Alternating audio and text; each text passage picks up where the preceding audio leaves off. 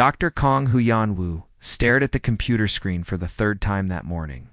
The numbers made no sense. He rubbed his tired eyes and looked again at the data from the Deep Space Telescope. Something was wrong with the asteroid readings. So-young, can you come here for a minute? He called to his colleague across the lab.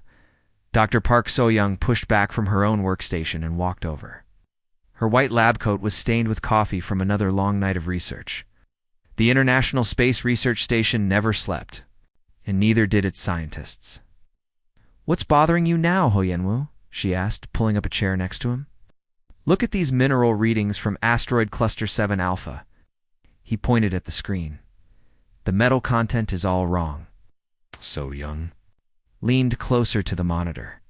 The data showed a group of asteroids moving toward Earth's solar system. They were still millions of miles away, but the automated telescopes had been tracking them for months. "What do you mean wrong?" she asked. "These readings show titanium alloys. Not just titanium but processed alloys. Look at this." He clicked to another screen. "These geometric patterns in the rock structure are too regular to be natural." So-young frowned. As a xenobiologist, she studied life forms from other planets. But these asteroids were supposed to be just rocks and ice from deep space. "Could it be some kind of crystalline formation?" she suggested. "That's what I thought at first. But look at these heat signatures." Huyan-Wu opened another data file.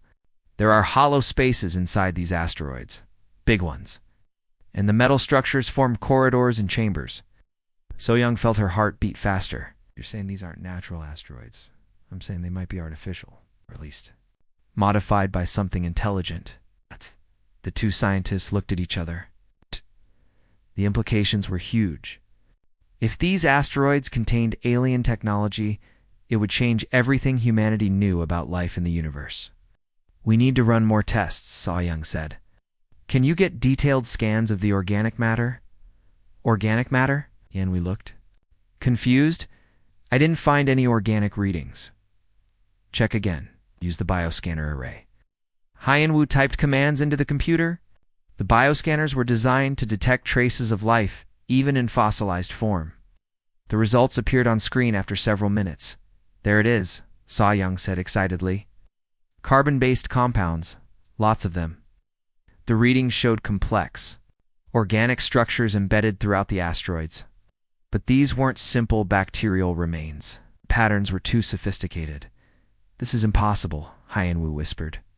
"These organic traces, they match Earth's geological periods, specifically the Mesozoic era." So-young's eyes widened. The Mesozoic era was the age of dinosaurs, from 252 million to 66 million years ago. "That can't be right," she said. "How would Earth dinosaur fossils end up in deep space asteroids?" Huyan-Wu ran the scan again, then again. Each time the results were the same. The organic matter showed clear signs of prehistoric Earth life forms. But mixed with the fossils were metal structures that no dinosaur could have built, unless... So-young said slowly, "They didn't die out." "What do you mean, the dinosaurs? What if they didn't go extinct 66 million years ago? What if they left Earth?" Huyan-Wu stared at her. "That's crazy. Dinosaurs couldn't build spaceships. Maybe they evolved, or maybe they developed technology we never imagined." The two scientists spent the next several hours analyzing the data. The more they looked, the more convinced they became. The asteroid cluster wasn't just carrying fossilized dinosaur remains, it was carrying the remains of a dinosaur civilization. "Look at this," Huyan-Wu said, pointing to a new image. "These metal structures form a pattern, like a city layout." So-young examined the geometric shapes inside the asteroid. They did look like buildings and streets, but everything was built for creatures much larger than humans. "And here," she said, highlighting another section, "these look like transportation tunnels. See how they connect different chambers?" The evidence was overwhelming. Somehow, 66 million years ago, dinosaurs had built a civilization advanced enough to leave Earth. They had turned asteroids into generation ships and launched themselves into deep space. "But why are they coming back now?" Huyan-Wu asked. "Maybe they're not coming back," So-young said. "Maybe they never left the solar system. Maybe they've been out there all this time, watching and waiting. The thought sent chills down both their spines. If dinosaurs had survived and evolved for 66 million years, what had they become? What technology had they developed during their long journey through space? We need to report this to the council, Hyan-Wu said. Do you think they'll believe us? They'll have to. The evidence is right here. Han-Wu began preparing his report. He included all the scan data, the mineral analysis, and the organic matter readings. The proof was undeniable. Dinosaurs had not only survived the extinction event 66 million years ago, they had caused it themselves by leaving Earth. As he worked, So-Young continued analyzing the asteroid data. She discovered something else that made her gasp. Hyan-Wu, look at this energy signature. He looked at her screen. Deep inside the largest asteroid, something was generating power. Not much, but enough to run basic systems. They're not dead ships, she said. Something inside them is still alive. The implications hit them both at the same time. These weren't just ancient dinosaur artifacts drifting through space. They were active vessels with living crews. They were heading straight for Earth. How long until they reach our solar system? So-Young asked. He-Yung-Hu calculated their trajectory and speed. At their current rate, about 18 months. 18 months until the dinosaurs come home. They worked through the night, documenting everything. By morning, they had compiled a complete report that would shake the foundations of human knowledge. Dinosaurs had not died out. They had evolved, built a spacefaring civilization, and spent 66 million years traveling among the stars. Now they were coming back to the world they had left behind. The question was, what did they want with the small mammals that had inherited their planet? As the sun rose over the space station, Hyan-Wu and So-Young prepared to deliver news that would change humanity forever. The age of dinosaurs was not over. It was just beginning again. Dr. Kang Hyan-Wu stood outside the Global Scientific Council building, holding a thick folder of evidence. His hand shook slightly as he walked through the glass doors. Beside him, Dr. Park So-Young carried her laptop with all the detailed scans and readings. "We're doing the right thing," she whispered as they approached the security desk. The guard checked their identification and directed them to the 15th floor. Director Kim Jae-min's office was at the end of a long hallway lined with portraits of famous scientists. Hyan-Wu wondered if his name would ever hang on these walls. Director Kim was a stern man in his 60s with gray hair and sharp eyes. He had run the Global Scientific Council for over 20 years. When Hyan-Wu and So-Young entered his office, he barely looked up from his paperwork. "Dr. Kang, Dr. Park, I received your urgent request for this meeting. What's so important that it couldn't wait for the monthly review?" Hyan-Wu placed the folder on Kim's desk. "Director, we've discovered something extraordinary. Evidence of an advanced civilization that left Earth 66 million years ago?" Kim finally looked up, his expression skeptical. "What are you talking about? Dinosaurs, Dr. Kong?" "Yes, sir, but not extinct dinosaurs.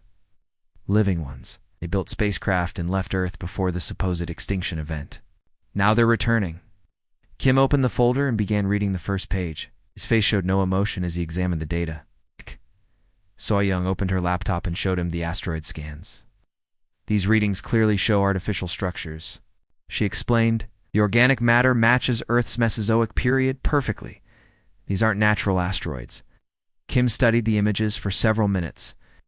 Hyan-Wu watched his face, hoping to see recognition or excitement. Instead, Kim's expression grew darker. "This is very interesting research," Kim said finally. "But I'm afraid your conclusions are premature." "Premature?" Hyan-Wu couldn't hide his surprise. "Director, the evidence is overwhelming." "Evidence? Of what? Some unusual mineral formations in space rocks? Contaminated organic readings? There are dozens of explanations that don't involve living dinosaurs." So-Young leaned forward. "Sir, we've run every test multiple times. Power signatures alone prove these vessels are active." Kim closed the folder and pushed it back across his desk. "I'm sorry, but I cannot approve the release of this research. The methodology is flawed, and the conclusions are scientifically impossible. But, Director, the decision is final." Kim's voice was cold. I'm reassigning both of you to different projects. Dr. Kong, you'll be working on lunar mineral analysis. Dr. Park, you'll join the Mars atmospheric study team. Hyunwoo felt his world collapse. You can't do this. People have a right to know. People have a right to accurate scientific information, not wild theories that would cause mass panic. Kim pressed a button on his desk. Security will escort you out. All your research materials will remain here for further review. 2 guards appeared at the door. Hyunwoo wanted to argue, but So-young touched his arm. They had no choice but to leave.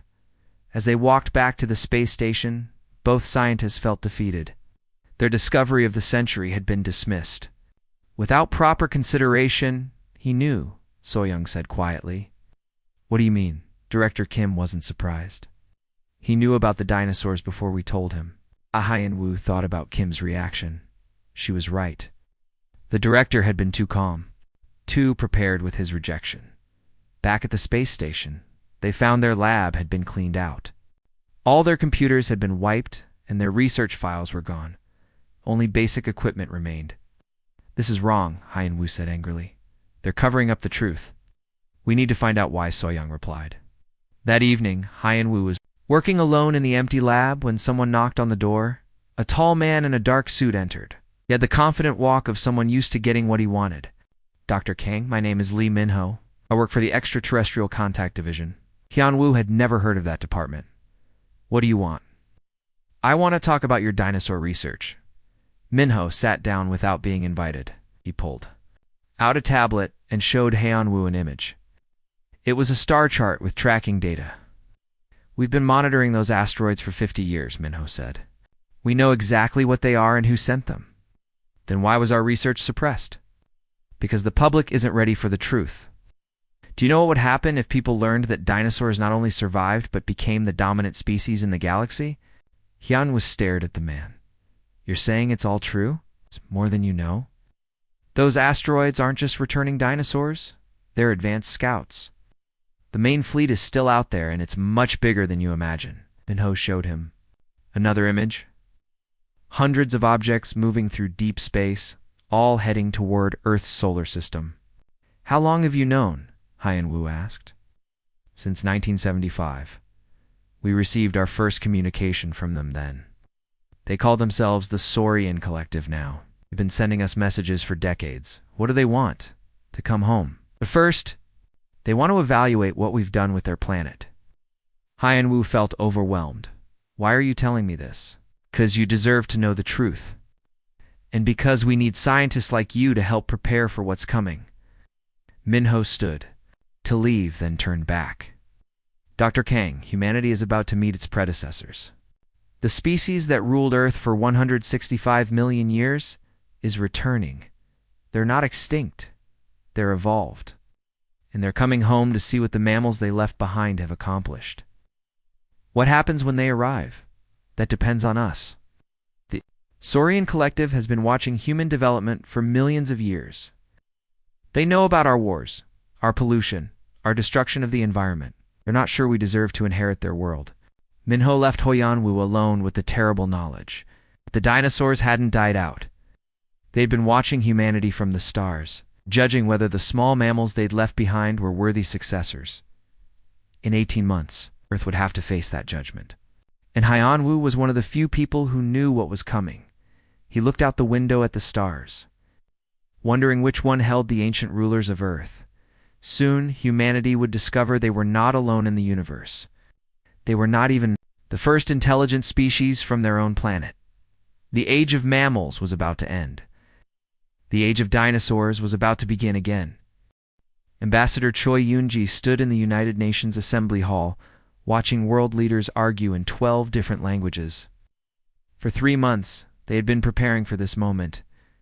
The Saurian Collective had sent a formal message requesting diplomatic contact with Earth's governments. The translation is accurate, Dr. Kang Hyunwoo said from his seat at the science advisory table. They want to meet in neutral space. One of their smaller ships will approach Earth's moon. G nodded, since Agent Lee Minho had revealed the truth about the dinosaurs. Everything had changed. Haiyan Wu and Saoyang were now part of the secret First Contact team. The world's governments had finally accepted that humanity was about to meet its planet's former rulers. How do we know? They're peaceful? Asked the Russian delegate. We don't, Youngji replied honestly. But they've had 66 million years to attack us if they wanted to. They chose diplomacy instead. The debate continued for hours. Some countries wanted to prepare weapons. Others wanted to welcome the dinosaurs as returning family. Most were simply terrified of creatures that had evolved for millions of years among the stars. 2 days later, Yoonji found herself aboard the space station Luna Base, staring out at the approaching dinosaur ship. It was unlike anything humans had ever built. The vessel was organic-looking, with smooth curves and a surface that seemed to shift color in the sunlight. It's beautiful, Dr. Park Soyoung whispered beside her. The ship was enormous, silly, 10 times larger than the biggest human spacecraft. But it moved with the grace of a living creature, adjusting its position with tiny bursts of energy that looked almost like breathing. Incoming transmission, announced the communications officer. The main screen flickered to life. At first there was only static. Then the image cleared, and humanity got its first look at what dinosaurs had become. The creature on the screen was clearly descended from raptors, but it stood upright like a human. Its skin was a deep green with silver markings that seemed to glow. Its eyes were large and intelligent, filled with an ancient wisdom that made Yoonji feel like a child. Greetings, mammals of Earth, the creature said in perfect English. I am Veltar, speaker for the Saurian Collective. We have traveled far to return to our birth world. Yoonji stepped forward, her heart pounding. Welcome back to the Sol System. I am Ambassador Choi Yoonji, representing the United Nations of Earth. We are honored by your contact. Veltar tilted his head, studying her with curious eyes. You have grown much since we last walked among you. Your species has accomplished things we did not expect. We have many questions, Yoonji said carefully. Our scientists discovered evidence of your departure 66 million years ago. We thought your kind had died out. Death is for creatures without purpose, Veltar replied. We saw the great asteroid approaching our world. Time to prepare. To build ships. To save our civilization. We chose to explore the galaxy rather than face extinction. Haiyan Wu leaned forward. You've been gone for 66 million years. Why return now? Veltar's expression became more serious, because you have reached the threshold. Your species has developed space travel, nuclear technology, and global communication. You are ready to learn the truth about your development. Truth, Soyoung asked, that we never truly left you alone. The words sent chills through everyone on the station. Veltar continued, his voice calm but filled with meaning. We established monitoring stations throughout your solar system. We watched your species evolve from small mammals into thinking beings. We observed your first tools, your first cities, your first wars. Yoonji felt the weight of this revelation. You've been watching us for millions of years. Watching, studying, sometimes guiding. The room fell silent. The implications were staggering.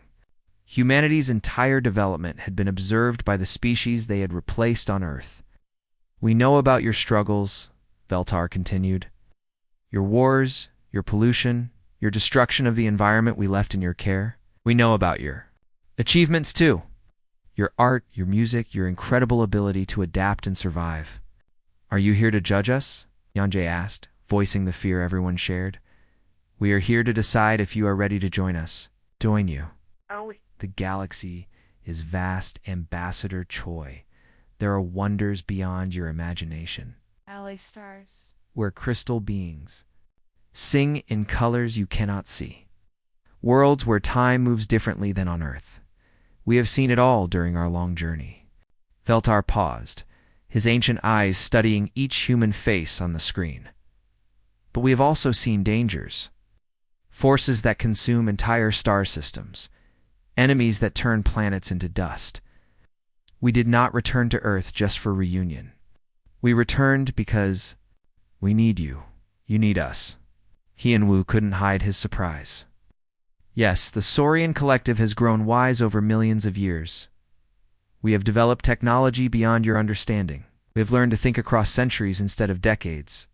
But we have lost something important. What have you lost? The ability to change quickly, to adapt, to think in new ways when faced with impossible problems. Veltar gestured toward the screen showing Earth. You mammals think differently than we do. You change and adapt faster than any species we have encountered. Your chaos, your unpredictability, your refusal to accept limits. These are not weaknesses. They are your greatest strengths. Youngji began to understand. You're saying you need our help? We are saying that together we can face challenges that neither species could handle alone. The Saurian collective has knowledge and technology. Humanity has creativity and adaptability. Combined, we could explore the galaxy as partners.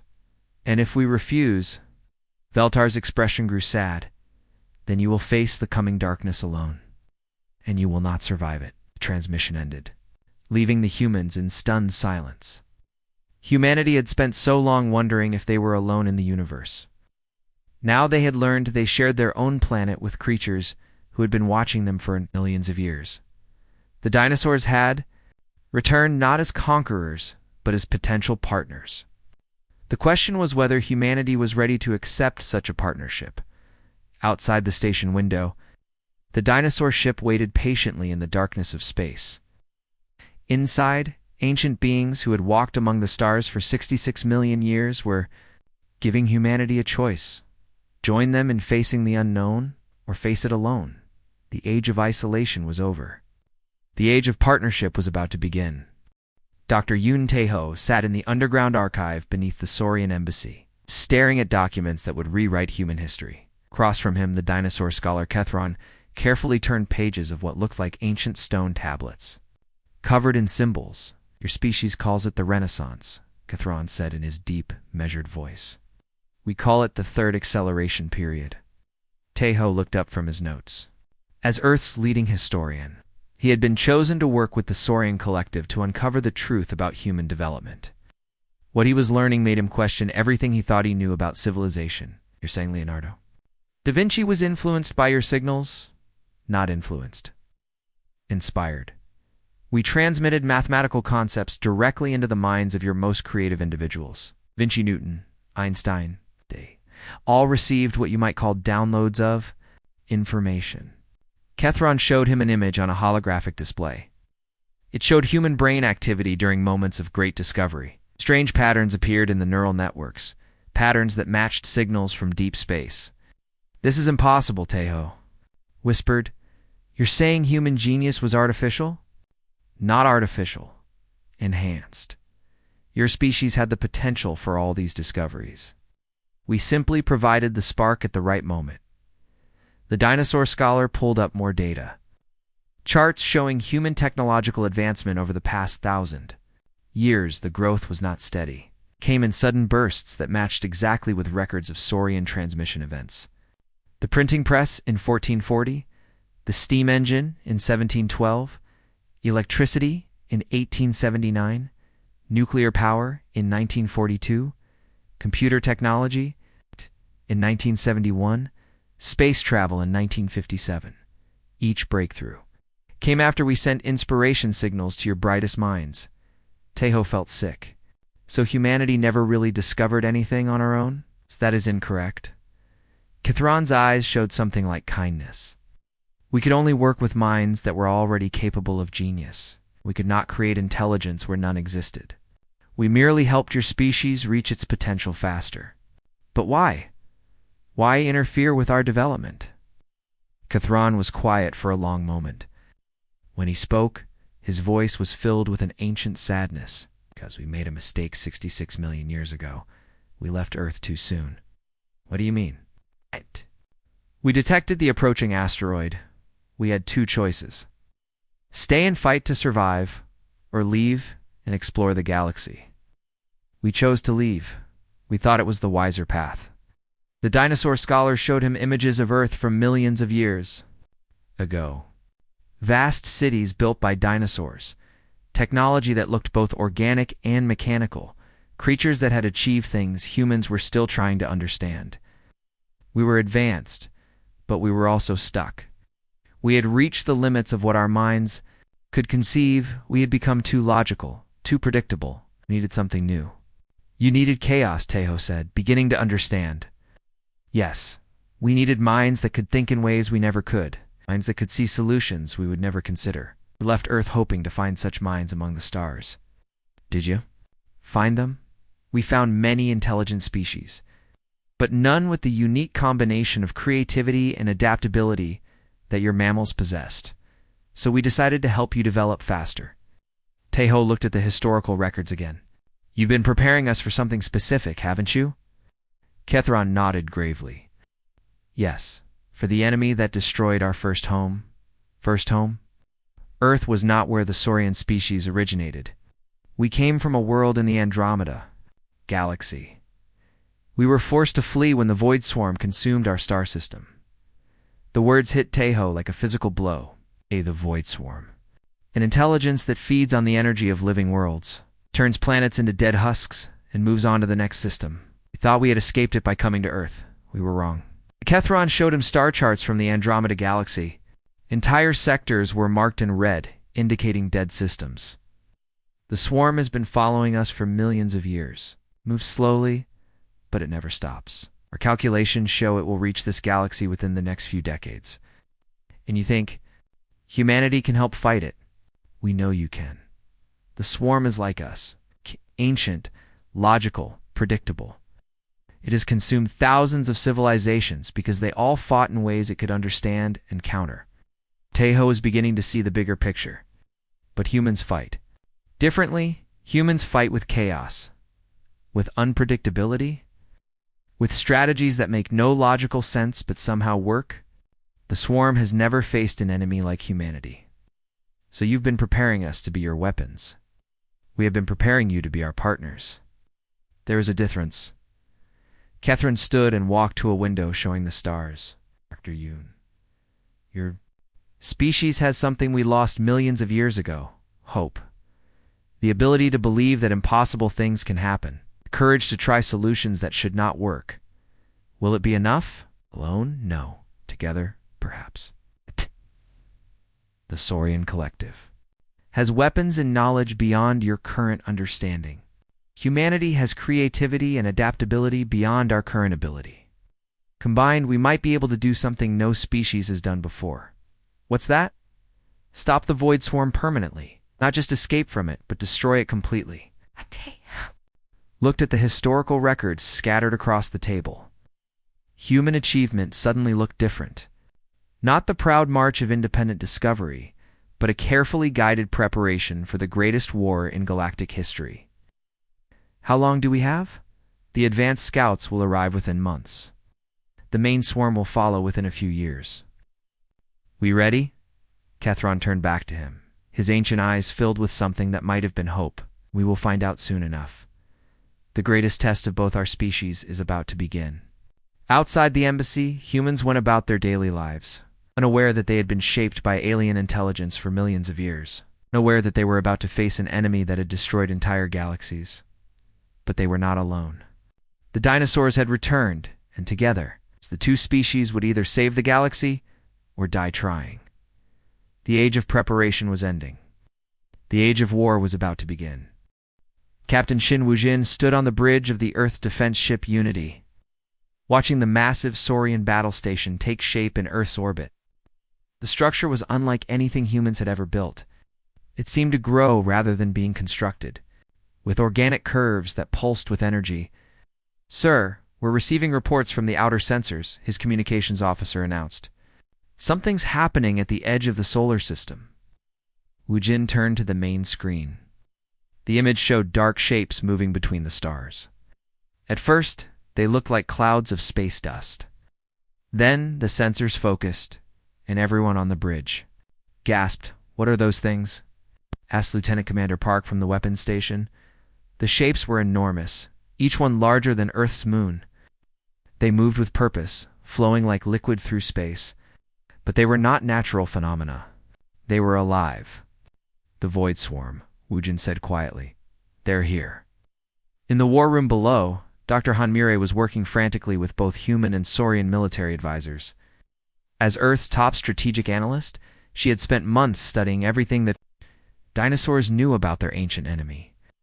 "How many ships do we have ready?" she asked. 50 human vessels and 20 Saurian battleships, reported General Thompson. The hybrid weapon systems are still being tested. Mireille looked at the tactical display. The void swarm entities were moving slowly but steadily toward the inner planets. They seemed to be studying the solar system, learning about its defenses. "We need more time," she said. "The combined fleet isn't ready for full combat." Veltar, the Saurian representative, approached the strategy table. His usually calm demeanor showed signs of strain. "Time is what we do not have," he said. "The swarm has detected our presence. They know we are here, and we fight with what we have." Wujin declared over the communication system from the bridge. Mireille studied the enemy formations. The void swarm moved in patterns that seemed random, but were actually mathematically precise. They were following algorithms that had worked for millions of years. "That's it," she said suddenly. "They're too predictable." "What do you mean?" asked Veltar. "Your people have fought them before. You know their patterns. But you always fought them the same way. With logic, with careful planning, with strategies that made sense. How else would one fight?" Mireille smiled grimly. "The human way." With chaos, she began typing commands into the tactical computer. Instead of organizing the fleet into traditional battle formations, she scattered the ships randomly throughout the solar system.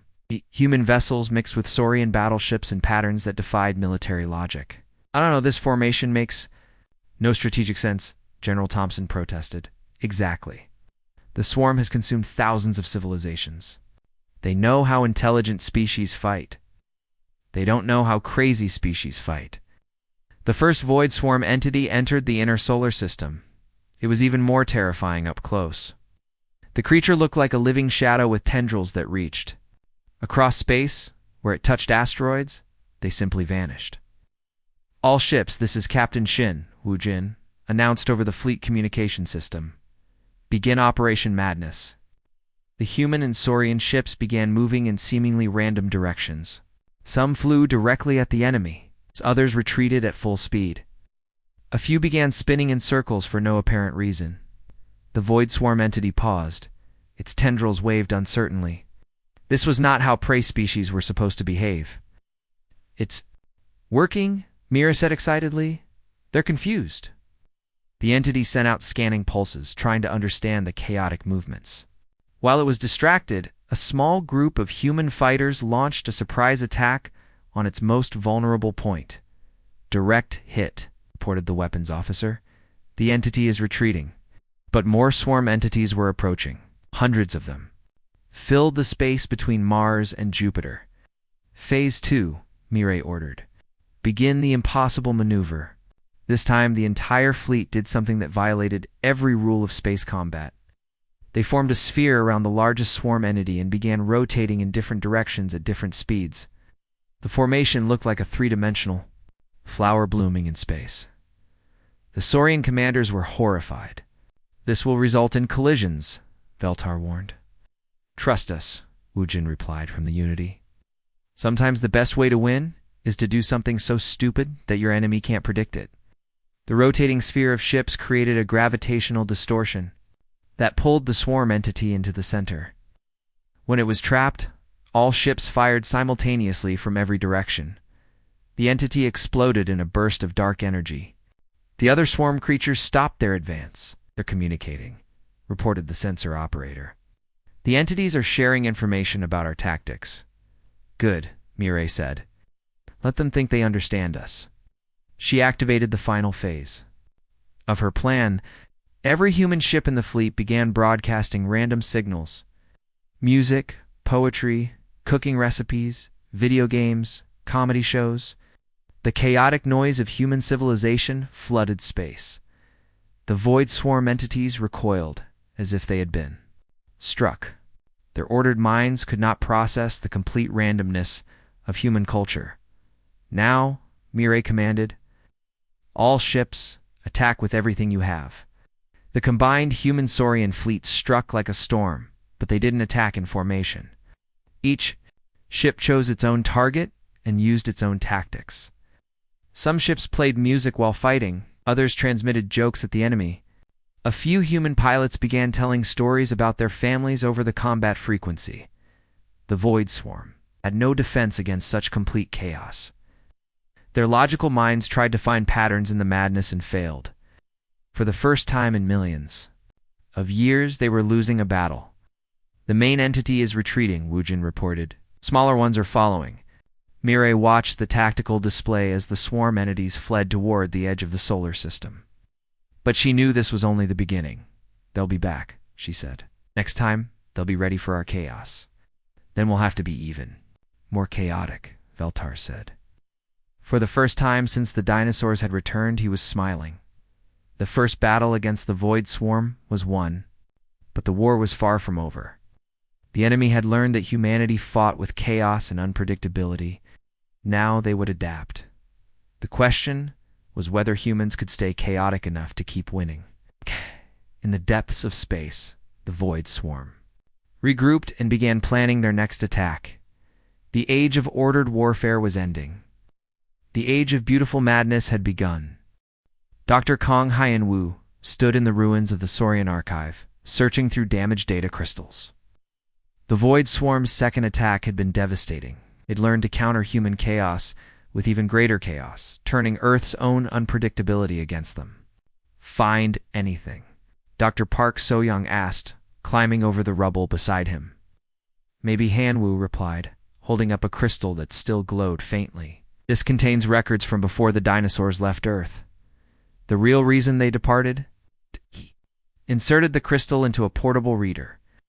The holographic display flickered to life, showing images from 66 million years ago. But these weren't the dinosaur cities they had seen before. These were laboratories. What are we looking at? So-young asked. Genetic engineering facilities. The dinosaurs weren't just fleeing the asteroid. They were preparing for something. The images showed dinosaur scientists working with primitive mammalian DNA. They were making modifications, improvements, guided changes that would affect evolution for millions of years. They created us, So-young whispered.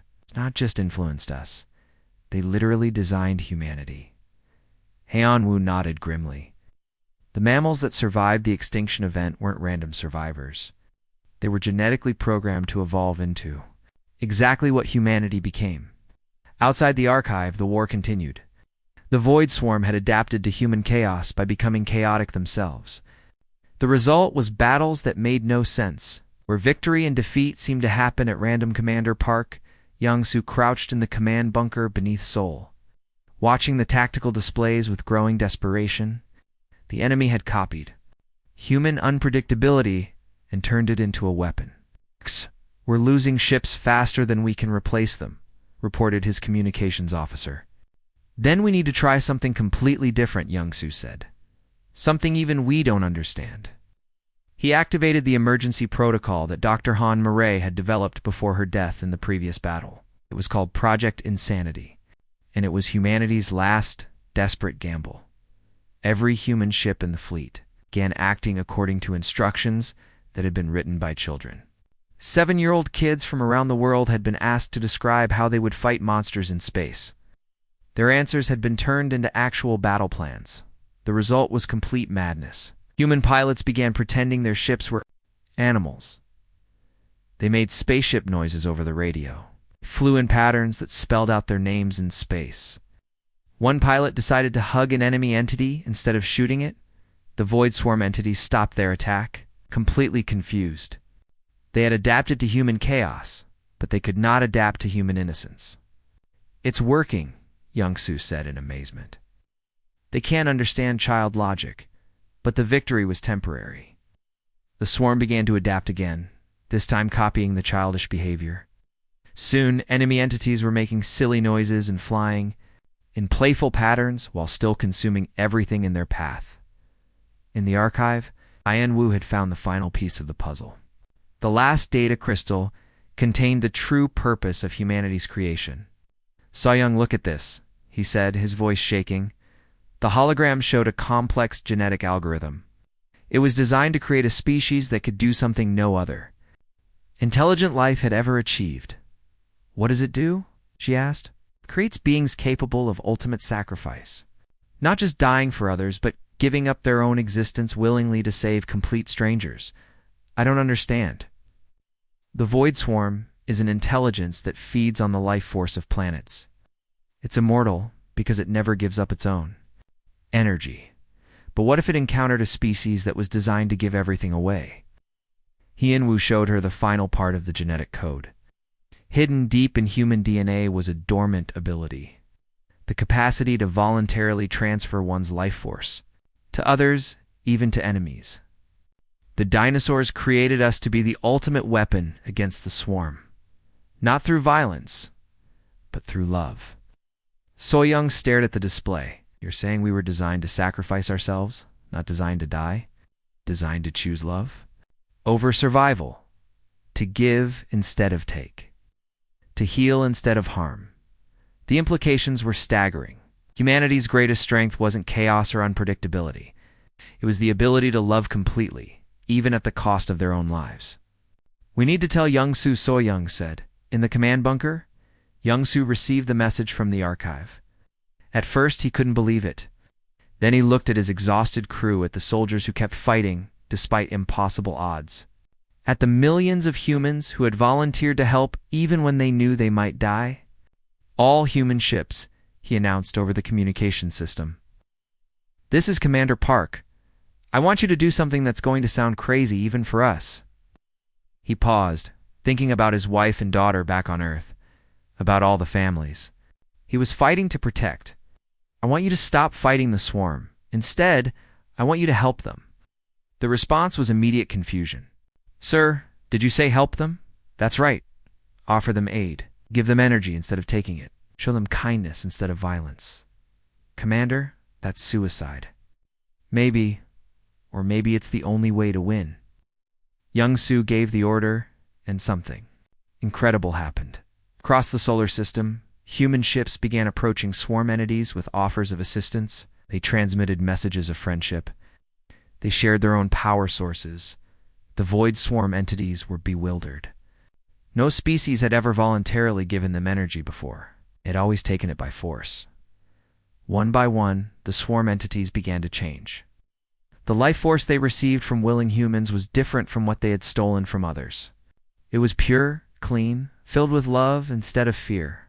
For the first time in millions of years, the Void Swarm remembered what it was like to feel joy instead of hunger. The largest swarm entity, the one that controlled all the others, approached Earth directly. Instead of attacking, it sent a message. We understand now. We have been consuming life because we had forgotten how to create it. Your species has shown us another way. The entity began to glow with a different kind of energy. Instead of the dark hunger that had driven it across the galaxy, it now pulsed. With the same warmth that humans called love, we will return to our home dimension. We will learn to create instead of destroy. Thank you for teaching us what we had forgotten. The Void Swarm departed, leaving behind a galaxy that was safe for the first time in millions of years. Years later, Dr. Kung Hien-Wu sat in his garden, watching his grandchildren play with young dinosaur hatchlings. The two species had become true partners, rebuilding the galaxy together. Grandfather, his granddaughter asked, "Why did the dinosaurs create us?" Hien-Wu smiled, remembering the long journey that had brought them to this moment. Because they knew that the greatest power in the universe isn't the ability to destroy, it's the ability to love. The age of fear was over. The age of love had begun, and would last forever. In the stars above, human and saurian ships explored the galaxy together, carrying the message that had saved them all. That sometimes the only way to win is to give everything away. The dinosaurs hadn't died out. They'd simply been waiting for their younger brothers and sisters to teach them how to live again.